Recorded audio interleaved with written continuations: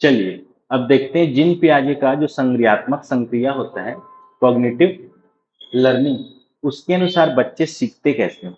तो यहाँ पे आपको 4 शब्द देखने के मिलेंगे: स्कीमा, असिमिलेशन, अकोमोडेशन और इक्विलिब्रियम।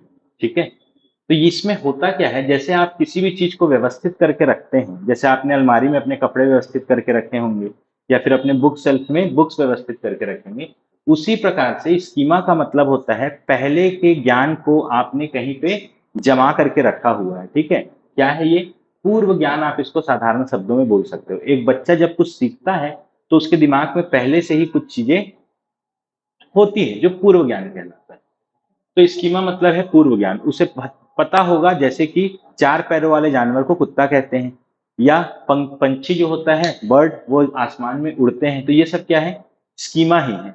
अब आता है बात एसिमिलेशन की। एसिमिलेशन मतलब समावेशन की। तो एसिमिलेशन या समावेशन का सीधा सीधा ये मत है, अगर आपको क्वेश्चन में देखना होगा ये चीज कि यहाँ कोई चीज ऐड करने बोला है क्या, कोई चीज जुड़ेगा, क्या चीज जुड़ेगा?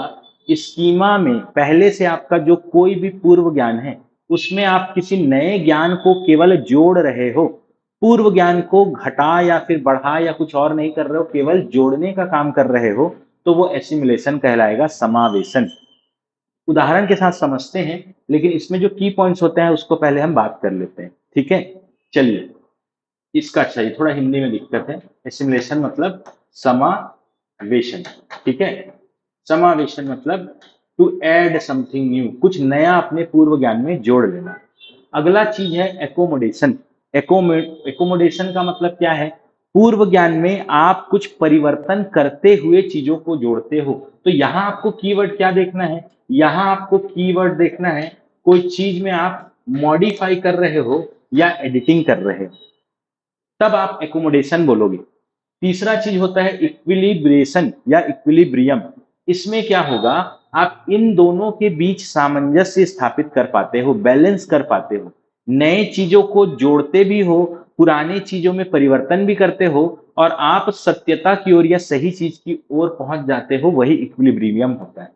इसको एग्जाम्पल से यदि हम समझे तो स्कीमा मतलब पूर्व ज्ञान था। उदाहरण ये है, एक बच्चे को पता है कि पंछी जो है वो आसमान में उड़ता है।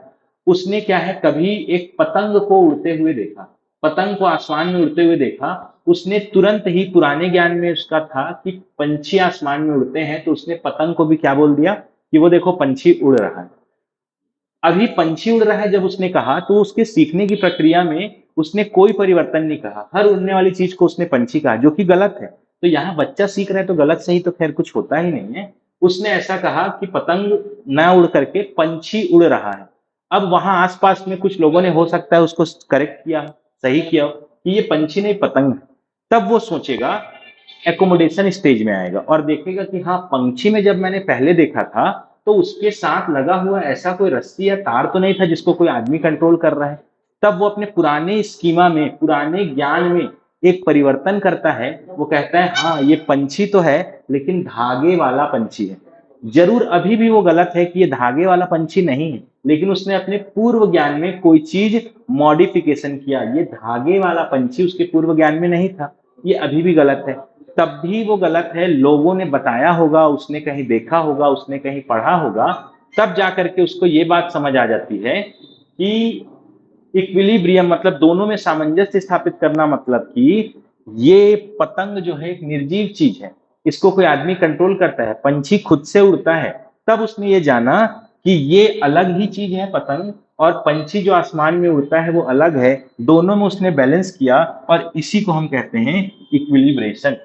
ठीक है, तो इतनी चीजों को स्कीमा, एसिमिलेशन, एकोमोडेशन और इक्विलिब्रियम क्वेश्चन में यदि आता है तो आपको देखना है कि यदि वो कोई चीज ऐड कर रहा है तो वो एसिमिलेशन है, पुराने ज्ञान में मॉडिफिकेशन कर रहा है तो वो एकोमोडेशन है, और वो बैलेंस या सामंजस्य बना के सत्यता को प्राप्त कर रहा है तो वो इक्विलिब्रेशन है। ठीक है, इनके आगे को पार्ट को हम जस्ट थोड़ी देर में देखते हैं। तुरंत काट देना था।